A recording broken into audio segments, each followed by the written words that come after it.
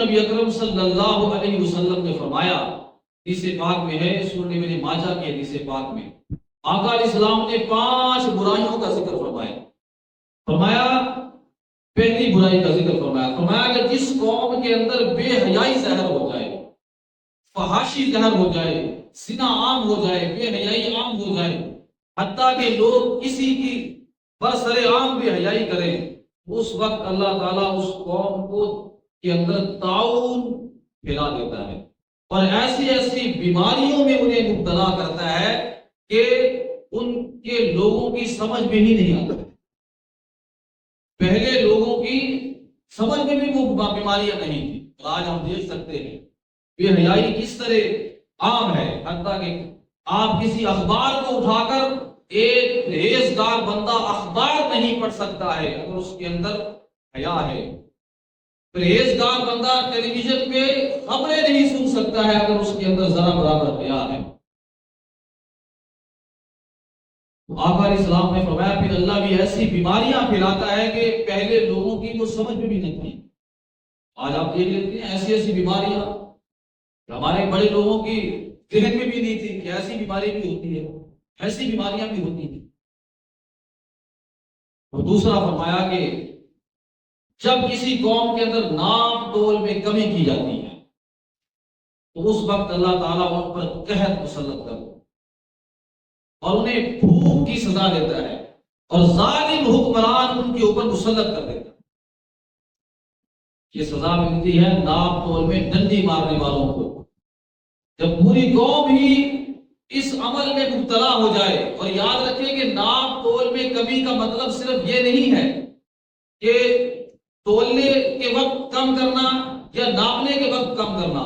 ہر وہ شخص جس کی ڈیوٹی ہے اور وہ اپنی ڈیوٹی کے اندر کمی بیشی کر رہا ہے، کہ پوری طور پر ڈیوٹی نہیں دے رہا ہے، تو وہ اسی آیت کے تحت آئے گا کہ وہ ناپ تول میں کمی کرنے والا۔ مثلا ایک استاد ہے اسکول کے اندر، وہ بچوں کو پڑھا رہا ہے، وہ اپنی ڈیوٹی پوری نہیں دے رہا ہے، اس کا رزق بھی حرام ہے، وہ بھی اسی آیت کے تحت ہوگا۔ اور ایک کلرک ہے اسکول کے اندر، وہ اپنی ڈیوٹی پوری نہیں دے رہا ہے، وہ بھی اسی آیت کے تحت ہوگا۔ یعنی ہر وہ شخص جو اب رزق حلال کمانے کی کوشش کر رہا ہے اور رزق حلال کماتے وقت وہ اپنی ڈیوٹی پوری نہیں کر رہا ہے، اس میں کسی نہ کسی طریقے ڈنڈی مار رہا ہے، وہ اسی آیت کے تحت ہوگا۔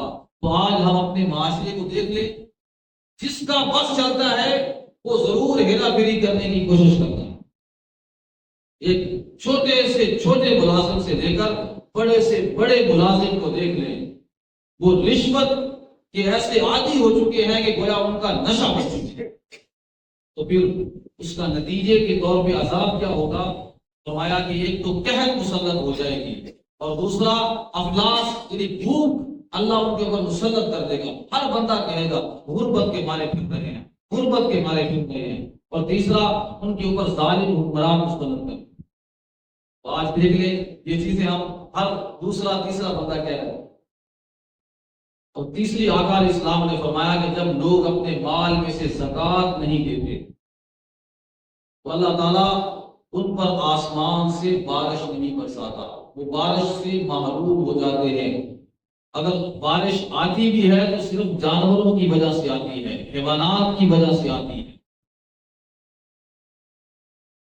اور فرمایا کہ جو لوگ اللہ اور اس کے رسول کے عہد کو توڑتے ہیں تو اللہ تعالیٰ ان کے اوپر ان کے مخالف دشمن مسلط کر دیتا ہے جو ان کے مال چھین کر لے جاتے ہیں۔ اور 5ویں برائی کا ذکر فرمایا کہ جب آئمہ یعنی حکمران، فیصلہ کرنے والے، جج، قاضی اللہ کی کتاب کے مطابق فیصلہ نہیں کرتے ہیں، اللہ کے نازل کیے ہوئے احکام کے مطابق فیصلہ نہیں کرتے ہیں، تو اللہ تعالیٰ ان میں خوف و ہراس پیدا کر دیتا ہے، ان لوگوں کے اندر خوف پیدا کر دیتا ہے۔ عزیزان گرامی قدر، ہمیں سوچنا چاہیے ہم کس طرح ان برائیوں کو ختم کر سکتے ہیں اور کس طرح اللہ کے ان عذاب، یہ جو عذاب ہیں ان برائیوں کے نتیجے میں آنے والے، ان سے بچ سکتے ہیں۔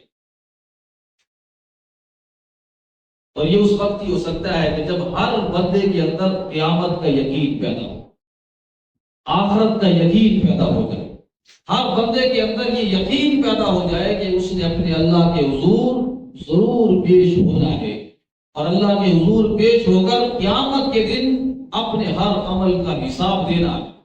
جب ہر بندے کے اندر یہ یقین پیدا ہو جائے گا تو پھر پورا معاشرہ سمجھ جائے گا۔ اسی لیے اللہ رب العزت نے فرمایا کہ کیا وہ یقین نہیں رکھتا ہے کہ اس نے ایک بڑے دن اللہ کے حضور پیش ہونا ہے، اس دن اسے اٹھایا جانا ہے۔ اور وہ دن کون سا دن ہے؟ یوم یقوم الناس لرب العالمین، فرمایا جس دن لوگ اپنے رب کے حضور کھڑے ہوں گے۔ اب کھڑا ہونا کس طرح ہے؟ ایک قول تو یہ ہے کہ قبروں سے نکل کر کھڑے رہیں گے، اور ایک قول یہ ہے کہ اپنے رب کے حضور حساب دینے کے لیے کھڑے ہوں گے۔ اب حدیث پاک میں ہے کہ جس دن لوگ قیامت کے دن اپنے رب کے حضور کھڑے ہوں گے، آقا علیہ السلام نے فرمایا اس دن سورج 1 میل کے فاصلے پر ہوگا۔ اب وہ میل کتنا ہے یہ اللہ ہی بہتر جانتا ہے، یعنی یہ میل ہے جو ہم جانتے ہیں یا تو اللہ تعالیٰ کے ہاں میل ہے، بہرحال 1 میل کے فاصلے پر ہوگا۔ تو فرمایا ہر بندہ اپنے عمل کے مطابق وہاں موجود ہوگا، اور وہ اپنے پسینے کے عذاب میں ہوگا۔ کسی کے ٹخنوں تک پسینہ ہوگا، کسی کے گھٹنوں تک ہوگا، کسی کی ناف تک ہوگا، کسی کی گردن تک ہوگا، حتیٰ کہ کسی کو پسینے نے لگام ڈالی ہوگی، اور وہ اللہ کے حضور کھڑے ہوں گے۔ فرمایا کہ ایسے لوگ جو دنیا میں کاروبار میں ڈنڈی مارتے ہیں، حلال رزق کماتے ہوئے آخرت کے بارے میں سوچتے نہیں ہیں، تو وہ قیامت کے دن اپنے رب کے حضور کھڑے ہوں گے۔